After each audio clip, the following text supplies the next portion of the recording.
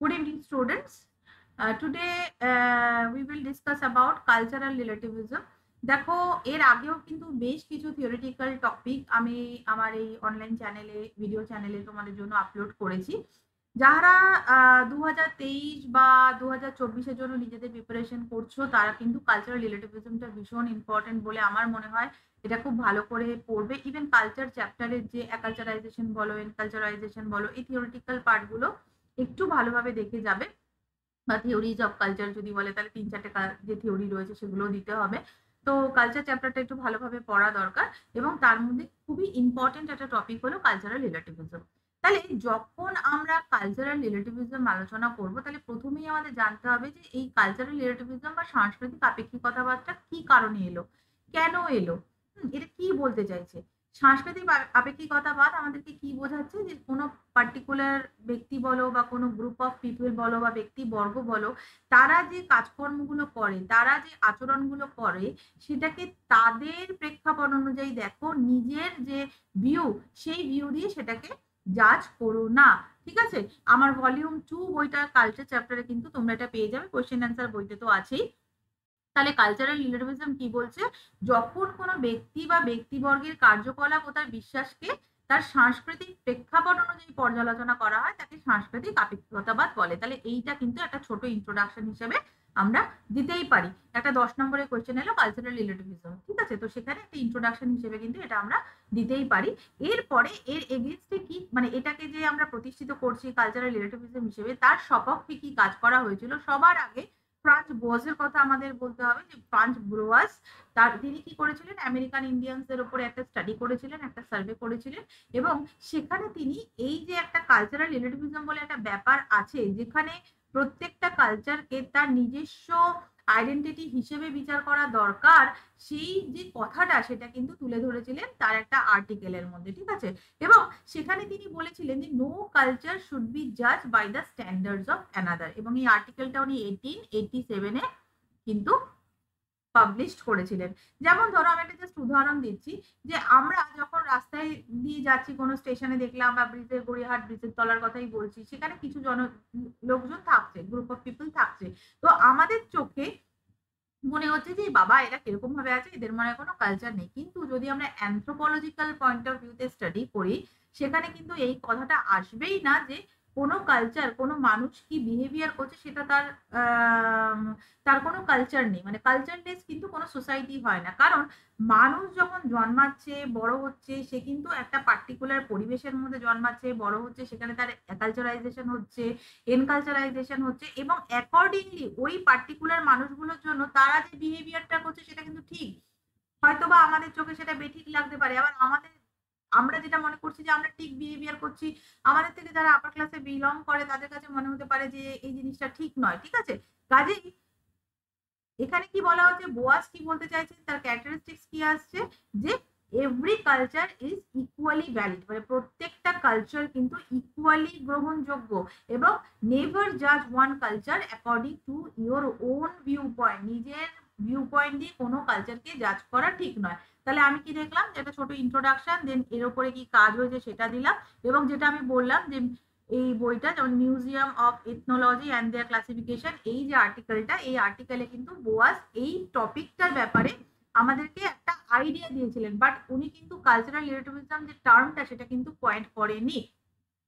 তাহলে এই যে এতক্ষণ আমি ডিসকাস করলাম, সেখান থেকে আমরা বলতে পারি এর কিছু পার্টিকুলার ক্যারেক্টারিস্টিক্স আছে। যেমন প্রথমেই আমি যেটা বলছিলাম যে every culture is equally valid, প্রত্যেকটা কালচার সমানভাবে গ্রহণযোগ্য। ঠিক আছে, এবং তুমি প্রত্যেকটা সংস্কৃতিকে সেই সংস্কৃতির প্রেক্ষাপট অনুযায়ী দেখবে, মানে নেভার জাজ any other culture according to your own point of view, মানে এই জিনিসটাকে কিন্তু এখানে মাথায় রাখতে হবে। হ্যাঁ, এবং কোনো পার্টিকুলার কোনো ঘটনা বা কোনো একটা পার্টিকুলার কোনো বস্তু কেন হচ্ছে, তার ইন্টারনাল যে মেন যে পয়েন্টটা সেটাকে কিন্তু অ্যানালিসিস করতে হবে, তারপরেই তুমি তোমার ধারণাটা বলতে পারো। হ্যাঁ, কোনো ব্যক্তি বা ব্যক্তিবর্গ কি কোনো কাজ কেন করছে সেটাকেও তোমাকে তার প্রকৃত কারণ কি খুঁজে বের করতে হবে, সেটার অ্যাকচুয়াল ব্যাকগ্রাউন্ডটা কি সেটাকে তোমাকে দেখতে হবে। তাহলে this all are the features of cultural relativism. আর কি, তুমি যেই কালচারটাকে স্টাডি করছো, যেটা আগে কিন্তু করা হতো না, যখন এই কালচারাল রিলেটিভিজম এলো তখন এথনোগ্রাফি এলো। এথনোগ্রাফি যখন করতে যাচ্ছে, ফিল্ড ওয়ার্ক যখন হচ্ছে, তারপরে পরবর্তী ফিল্ড ওয়ার্ক গুলোতে কিন্তু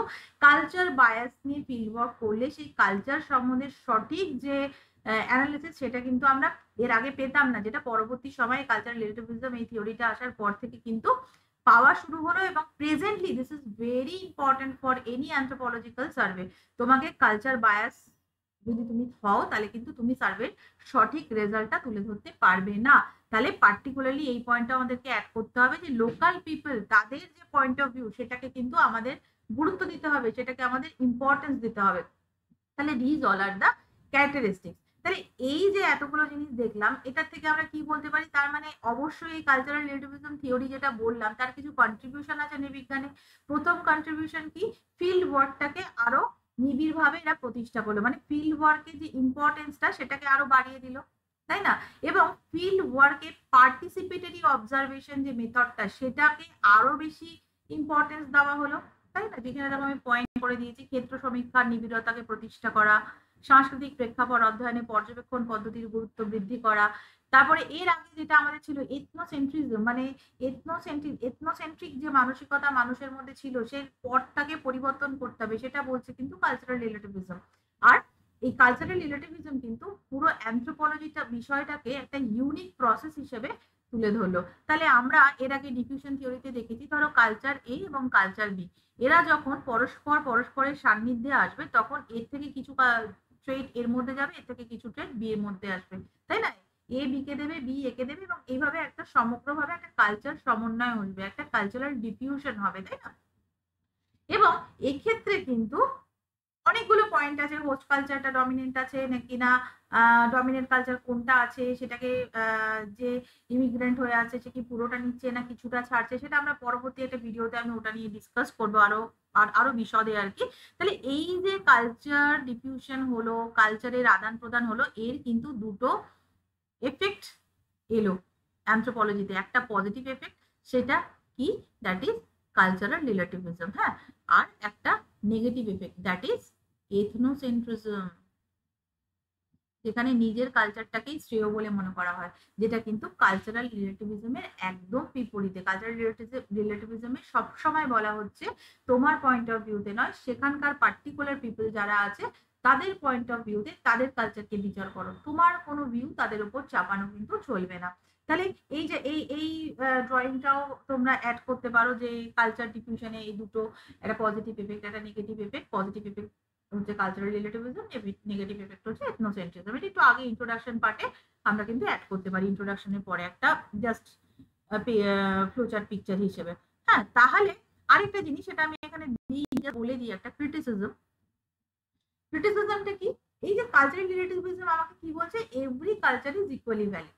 তাহলে এই যে কথাটা বলছে, সেক্ষেত্রে কিন্তু এমন কিছু কালচার আছে এবং সেখানে এমন কিছু ট্র্যাডিশনাল প্রসেস আছে যেই প্রসেসটা হয়তো মানবতার এগেনস্টে যাচ্ছে, কিন্তু আমরা বলছি যে প্রত্যেক কালচারকে তার পয়েন্ট অফ ভিউ দিয়ে জাজ করো, যেটা কালচারাল রিলেটিভিজম বলছে।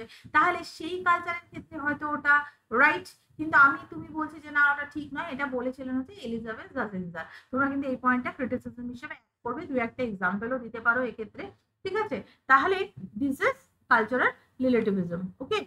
আর এবার আসছে তোমাদের কনফিউশন, হোয়াট ইজ দ্যাট? যে সবশেষে কি দেখছি, বোয়াজ যে বলেছেন এবং তার অনুগামী, মানে আমরা মিডের কথা বলতে পারি, বেনেডিক্ট কথা বলতে পারি, এরা কি করলেন লেটার অন এই কালচারাল রিলেটিভিজমকে আরো ওয়াইডার রেঞ্জে এটাকে ছড়িয়ে দিলেন, এবং এটা অনেক বেশি সাইন্টিফিক বলে সব জায়গাতে গ্রহণযোগ্যতা লাভ করলো। এবং এইটার থেকেই স্লোলি যেটা তৈরি হলো, যেটা হলো এথনোগ্রাফি।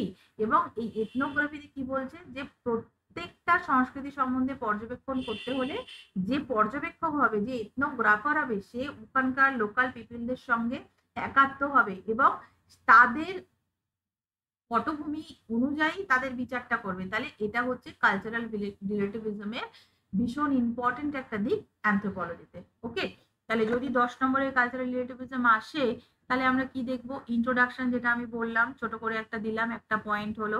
তারপরে কিন্তু ওয়ার্কটা দিলাম, যেটা বোয়াস কাজ করেছিলেন আমেরিকান ইন্ডিয়াদের ওপর, সেটা দিলাম, ঠিক আছে।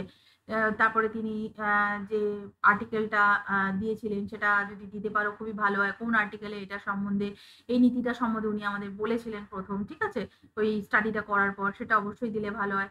দেন দ্য ক্যারেক্টারিস্টিক্স ফিচার, যেটা আমরা দেখলাম প্রায় 6-7টা পয়েন্ট আমরা ওখানে দিয়েছি। দেন দ্য কন্ট্রিবিউশন, 4টে কন্ট্রিবিউশন দিয়েছি, হ্যাঁ। তো সেই কন্ট্রিবিউশন গুলো লিখবে, সবই কিন্তু ওয়ান লাইনার হবে, হ্যাঁ। তারপরে কি এলো, তারপরে হলো ক্রিটিসিজম, যেটা আমি এলিজাবেথ জেসেঞ্জারের কথা বললাম, সেটা দেবে ক্রিটিসিজম, হ্যাঁ। দেন ইওর কনক্লুশন, হ্যাঁ। তাহলে দেখো আমরা কিন্তু প্রায় 1 2 3 4 5 6 মানে 6টা তোমার হেডিং এখানে দিয়েছি, এবং এখানে কিন্তু অনেকগুলো সাব পয়েন্টস আসছে, 6টা পয়েন্টের সাব পয়েন্টস, এখানেও সাব পয়েন্টস আসছে। তাহলে তোমার যে 10 নম্বরের জিনিসটা খুব সুন্দরভাবে তোমরা কিন্তু জিনিসটাকে প্রেজেন্ট করতে পারছো। এবং যেটা বলেছিলাম ইন্ট্রোর এখানে ওই ড্রয়িংটা, ফ্লো চার্ট ড্রয়িংটা কিন্তু তোমরা দিতেই পারো, যে পজিটিভ দিক কোনটা, নেগেটিভ দিক কোনটা। ওকে, তো আশা করি তোমাদের ভালো লেগেছে, তোমরা বুঝতে পেরেছো। ভালো লাগলে অবশ্যই একটু লাইক দিও, তোমাদের লাইক বা শেয়ার আমাকে এনকারেজ করে, আরো বেশি মোটিভেট করে নতুন নতুন ভিডিও বানানোর জন্য। তোমরা যদি আরো কোনো ভিডিও জানতে চাও, কোথাও কোনো অসুবিধা হয়, অবশ্যই তোমরা আমাকে জানাবে। এবং কেউ যদি এটা লিখে আমাকে ইমেল করতে চাও, করতে পারো, আমি কিন্তু ফিডব্যাক দিয়ে দিই সবাইকেই, যারা এর আগে পাঠিয়েছো তারা জানো।